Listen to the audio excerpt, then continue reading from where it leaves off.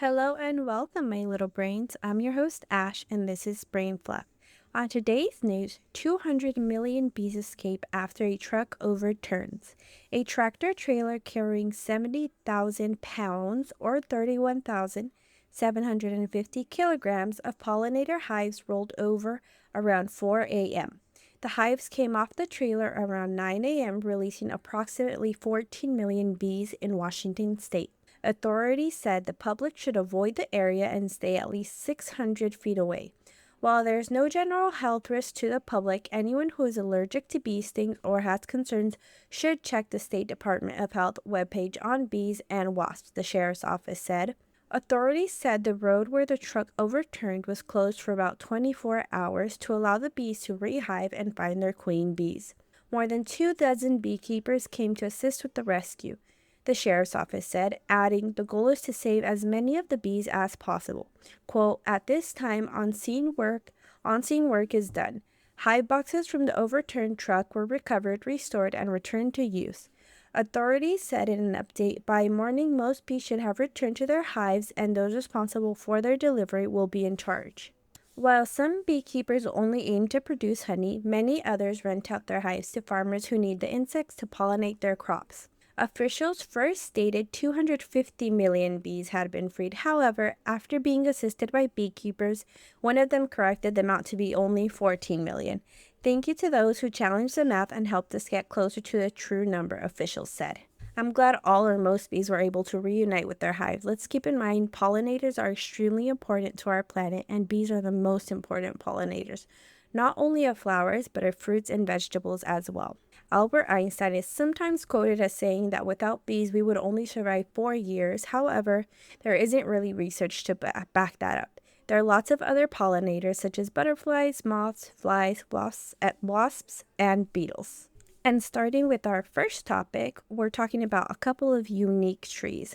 Some of you may already be aware of how the sunflower got its name, due to the fact that the head of the flower turns towards the sun. Well, similar to this flower, we have a tree that is said to move in search of the sun, the walking palm tree. Now, there is debate on this palm tree, whether it actually moves or not.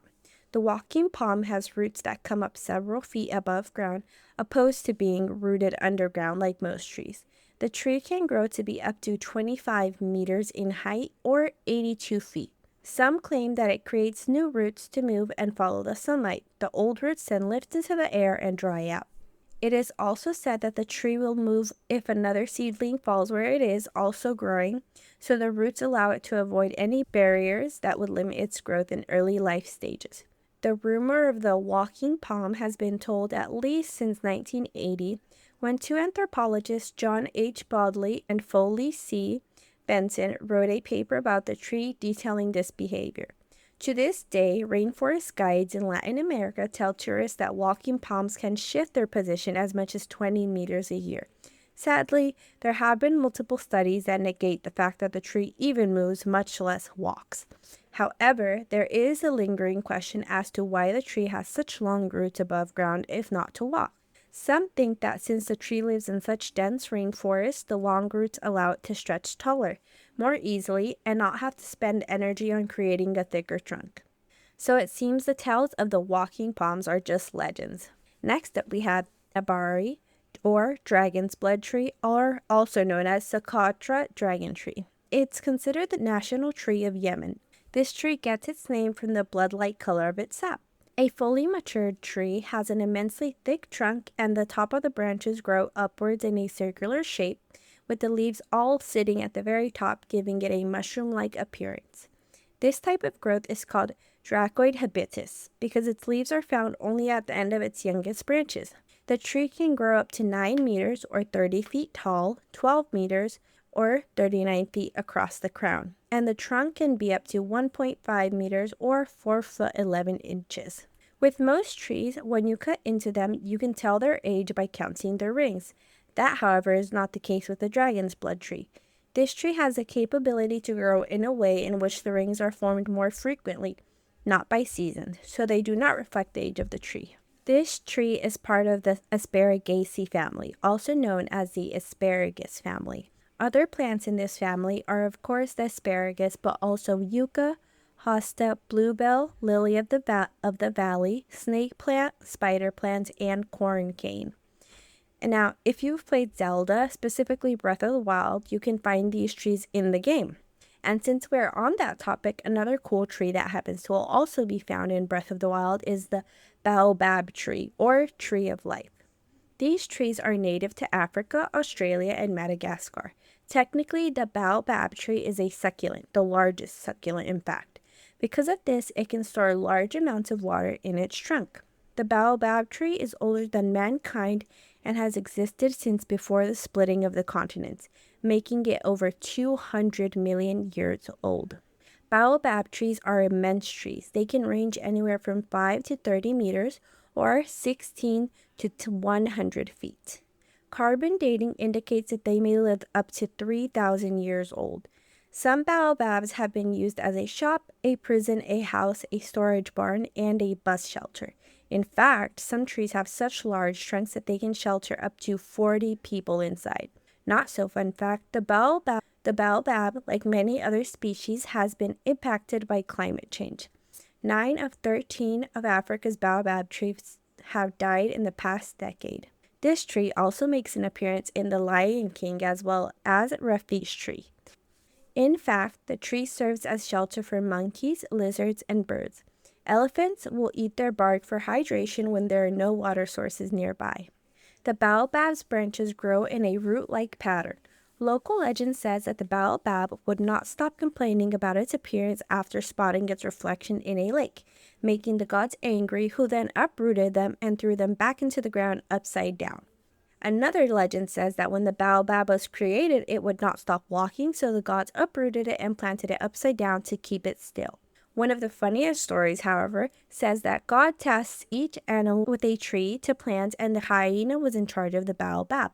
But the hyena was so disgusted by the appearance of the tree, so it simply shoved it in the ground upside down. Lastly, we have a positive legend for a couple of baobabs. Madagascar is home to the baobab amor. It is two baobab trees that grew wrapped around each other. Picture something like when you cross your fingers. Legend says that there were once two lovers who dreamed of being together. However, they were forbade from being together by their families. They prayed to the gods to find a way to allow them to be together forever, so the gods transformed them into two baobab trees, intertwined for eternity. Since then, the trees have stood as a symbol of love and eternal connection. How beautiful! And leaving the topic of trees, the perfect next topic is woodpeckers. Woodpeckers, unlike the baobab, you can find all around the world for the most part, except in Australia, New Guinea, New Zealand, Madagascar, and of course, the Antarctic and Arctic. Whether digging for food, constructing housing, or luring mates, woodpeckers bang their heads into trees about 20 times per second, or 8 to 12,000 pecks per day. Woodpeckers have a tongue that wraps from their beak all around their brain. Because of this, it is believed that the tongue serves as a sort of shock absorption, protecting the bird's brain from what is essentially rapid head banging. For context, they peck at a speed of 13 miles per hour up to 15 miles per hour. The force of their pecks is at least 20 times more than the force needed to cause a concussion in a human. And according to the American Association for the Advancement of Science, some athletic gear companies have taken inspiration from the way the bird protects its skull and modeled helmets and neck collars with them in mind. Woodpeckers can lay between 6 to 18 eggs per year, as they lay 2 to 3 times, and each batch consists of 3 to 6 eggs. Unlike most birds, they are born completely naked, featherless. Most birds usually have a bit of feathers at least when they hatch, but woodpeckers are fully bald. For those of you with hummingbird feeders, you may also be visited by woodpeckers, as they also drink from these feeders. The average lifespan for a woodpecker is 4 to 11 years. Most species of woodpeckers are born completely naked. Both mother and father woodpeckers care for their little baldies, which, if I'm not wrong, is pretty common in birds anyway. Gila woodpeckers, found in desert regions, this woodpecker actually pecks cacti. In Arizona, they actually nest in the saguaro cactus. In other places that do not have this cactus, like Mexico and Southern California, the birds will nest in trees. Their diet consists of insects, small vertebrates, and berries. However, and before I get into this, I just want to say that I really do think that if you dig deep enough, you can find a morbid fact about nearly anything. Now, I guess this isn't that morbid, it's just nature, but anyway, Gila woodpeckers have been documented to steal other birds' eggs or even nestlings, so hatched birds. And when I say steal, I mean consume them. So they just eat them, particularly those of vireo, finches, and warblers. A couple fun facts: woodpeckers prefer to peck dead trees over live trees. They also drill holes depending on their size. So the bigger the bird, the bigger the holes, etc. Woodpeckers have unique feet that help them hold on to trees. They have 2 toes that face forward and 2 toes that face backwards. Their tails are also evolved to help them stand on the trees. Acorn woodpeckers live together in large groups, allowing them to store large amounts of food during the year. There was a water tank in Arizona where a couple of these birds had stored 485 pounds of acorns. And in California, there was a home where over 700 pounds of acorns were removed from a wall by a local exterminator. Depending on the acorn type, there can be anywhere between 45 to 300 acorns per pound. So let's go with 45 per pound. That would mean there were at least 21,825 acorns in the water tank and at least 31,500 in the home. Those are some hard-working birds. And up for our next topic, we have coffee. I think one of the hardest parts of starting this podcast or writing my podcast is finding topics vast enough to actually write about that isn't like just one sentence, one fact, which is kind of annoying because I love a good fun fact, but when it comes to time to research or choose, I can't seem to come up with any topics. My mind just goes blank. So today when I was working on the episode, I was trying to find my last topic to talk about, and I looked at the mug of decaf coffee in my hand, and there we go. So I really hope I don't ruffle any feathers by saying this, but truly decaf coffee tastes like regular coffee to me. Maybe a little more watery, but maybe it's just because I'm adding more water than regular coffee. Who knows? So exactly what is coffee? Or better said, where does coffee come from?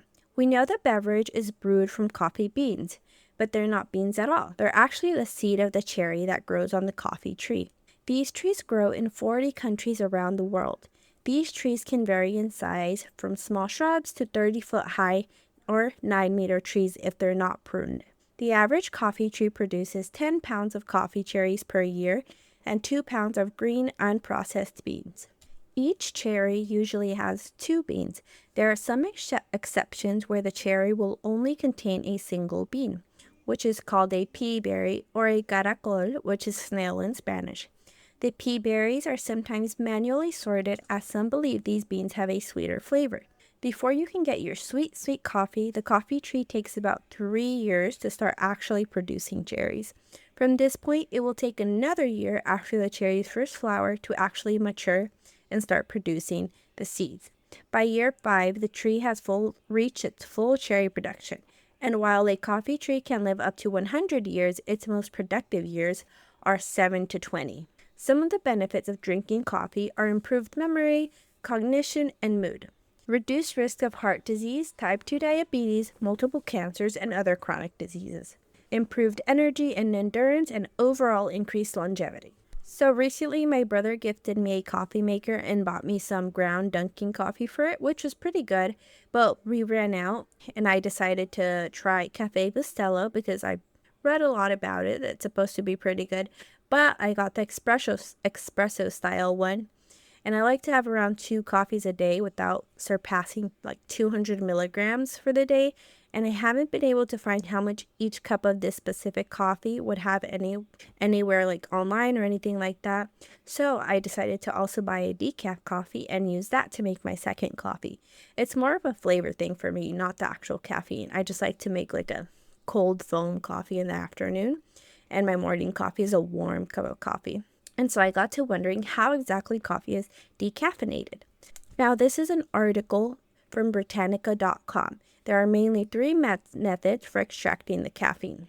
The most common methods of decaffeination involve chemical solvents, usually ethyl acetate or methylene chloride. In the direct method, the coffee beans are steamed and then rinsed repeatedly with the chemical solvent to flush away the caffeine. In the indirect method, the chemical agent never touches the beans but treats the caffeine-laden water in which the beans have been soaked for hours. After the caffeine is removed from the water with the solvent, the bean-flavored solution is reintroduced to the beans, allowing many of the oils and flavors to be reabsorbed.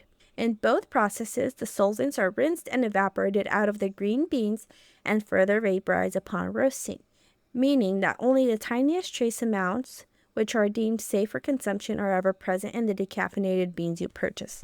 Now, I do have a doubt about that. It says that it evaporates once you roast it, but what happens if you make it into like a cold brew? Does that mean you're consuming more of the solvents?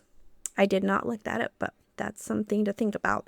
Another method, known as the Swiss water process, is based solely on water and carbon filtration. The coffee beans are first immersed in hot water to extract their caffeine and flavorful components. The initial beans are then discarded, and the resulting flavor-rich water, called green coffee extract, is passed through a carbon filter that is sized to capture only the large caffeine molecules. The decaffeinated green coffee extract is then used to wash and filter the next batch of beans. Caffeine is thereby filtered from the beans without recourse to chemical agents and without the beans losing many of their flavorful components. This is the primary method used to decaffeinate organic coffee beans. Finally, the scientifically named supercritical carbon dioxide method uses carbon dioxide, CO2, under high temperatures and pressure to act like both gas and a liquid.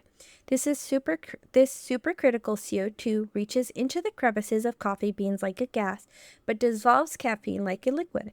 After the beans have been soaked in water, a process that expands cell structures and makes it easier to extract the caffeine molecules, they are exposed to supercritical CO2 for several hours.